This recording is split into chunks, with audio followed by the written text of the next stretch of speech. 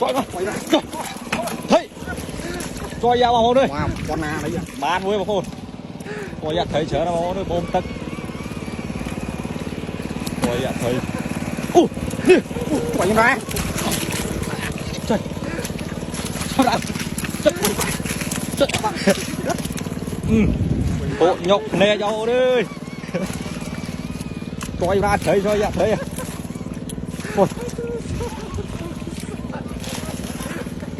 Coi mà thấy ọt quá hồ ơi. Cần nô mang thấy này.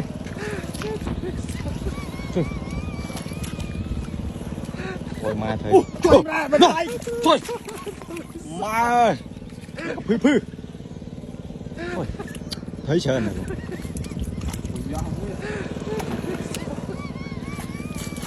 Nông lắc su cái con thầy. Con. Cạp đi đấy còn con thầy. Áp rẹ. Đôm lấy. Ui trời. Coi ra. Trời mà. Trời ơi. Trời. Đuôi ban lắm. Chào bạn. Ba này. Trời ơi. Rồi, đi bạn ơi. Trời ơi thật thấy. Lạc ba đây bé. Vô cái lạc thuốc ba đây nè. Cho ba đó.